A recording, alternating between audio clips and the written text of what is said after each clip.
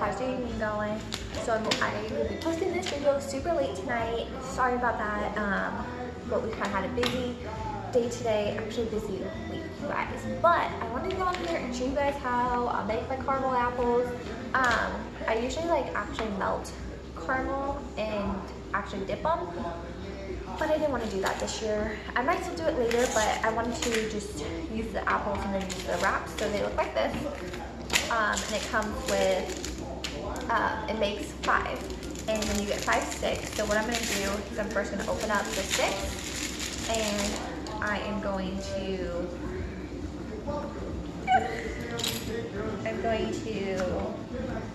push the sticks in. Oh my gosh, you guys, this is like harder than it looks. Okay, let's try going in maybe a different angle. There we go. These apples are like hard, holy cow.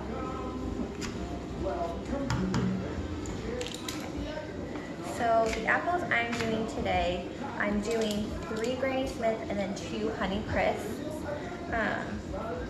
Tom doesn't like the sour apples, he likes the sweeter apples. So I'm doing this one, like, oh my gosh, you guys. Get in there. Okay. So, I guess you're supposed to put the caramel on first, but I never do the caramel on first. So,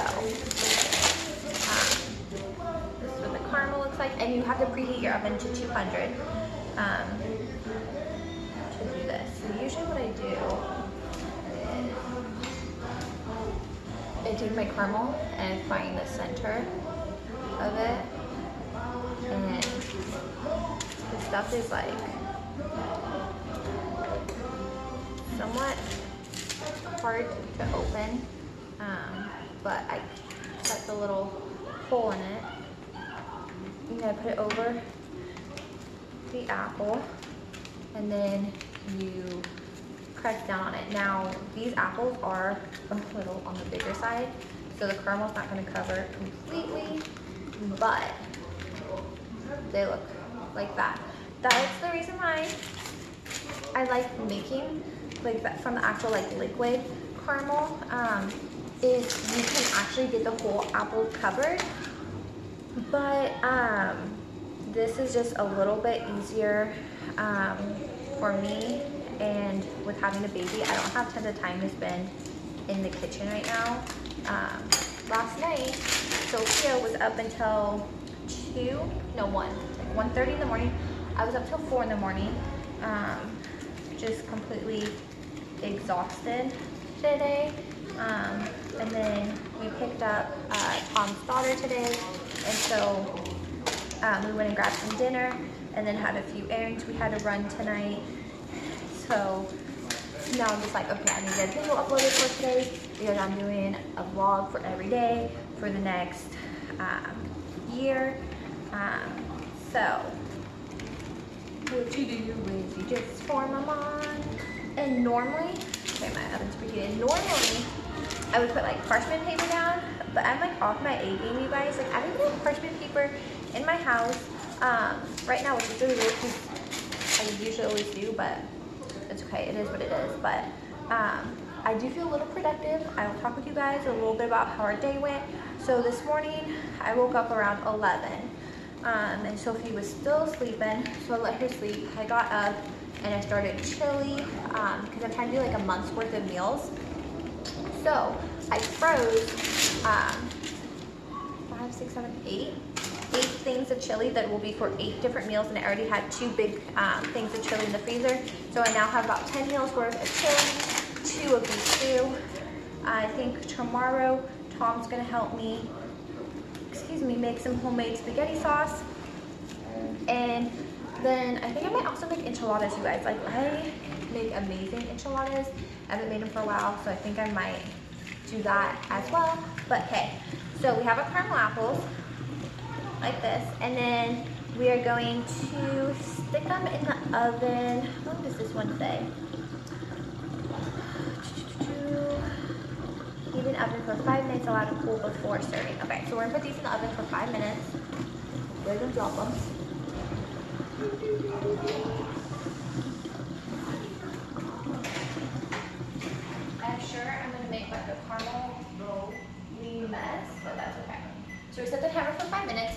So we'll let those cook, and then I will have some caramel apples for this weekend to snack off. I kind of like it because I have a really big sweet tooth, but I'm trying to eat healthier. Well, I'm gonna pop this stuff out real quick. I'm like super crazy about my house. Has to be pretty much like clean. So other than a few things that are on the counter over here from wiping down the counters and stuff, the house is clean.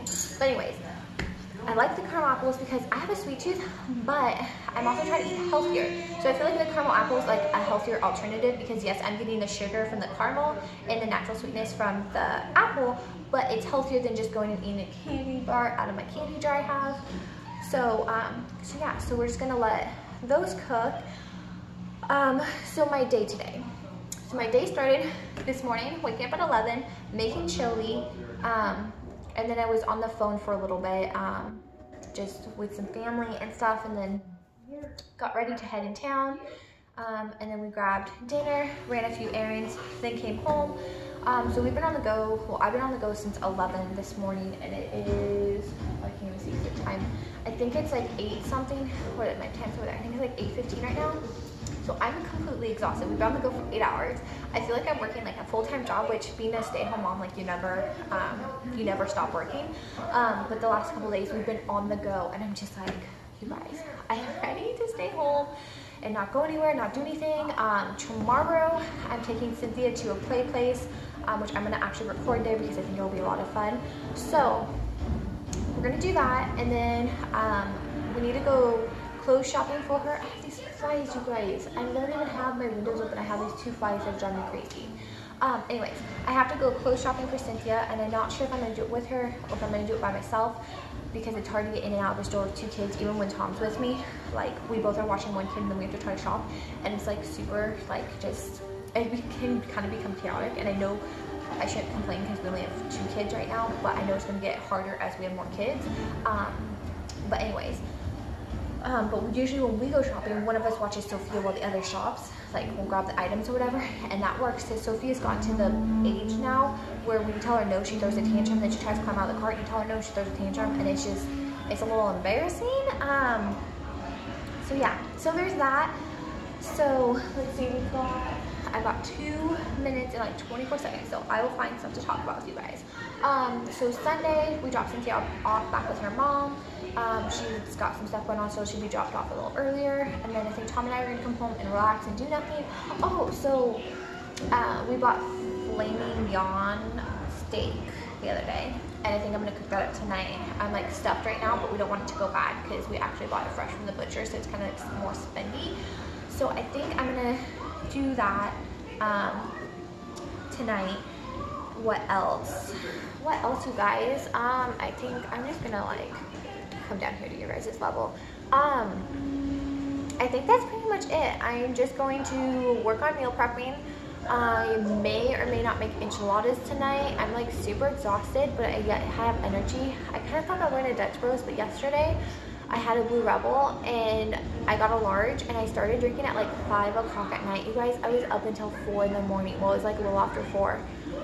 And so I don't want to do that again. And I've got to get Sophia on an actual normal sleep schedule because lately she will stay up till like 1 in the morning, and then she sleeps until 11, and Tom and I can't do that anymore. One thing that's helped our relationship out a ton is, and I actually heard about this from Daily Bumps, so shout out to Daily Bumps. I've been watching them for a few years now. In one of their vlogs, Missy was talking about how they put their boys to bed early so her and Brian can have like their own alone time at night, just to like reconnect, whatever. And that's been huge for us when we were letting Cynthia stay up super late, and then Sophie, obviously with a baby, you can't really control their schedule too much. Like when they're first born, they eat all the time. Yeah, so we ended up starting putting Cynthia to bed at 8 o'clock every night. Like, it doesn't matter if it's during summer, we let her stay up till 9 just because it was still light outside. But on like the weekends when we have her, she goes to bed at 8, and then I want to get Sophie to start to go to bed at 8 too. So Tom and I, before he goes to work or if he's home, we just have a little bit of time that's for us, and that's like been huge. Just to like get stuff cleaned up, or if we want to just have a meal together. Like usually we eat, actually like him and I usually eat dinner on 10 o'clock at night. So there's that, but let me pull these apples out, or at least check on them.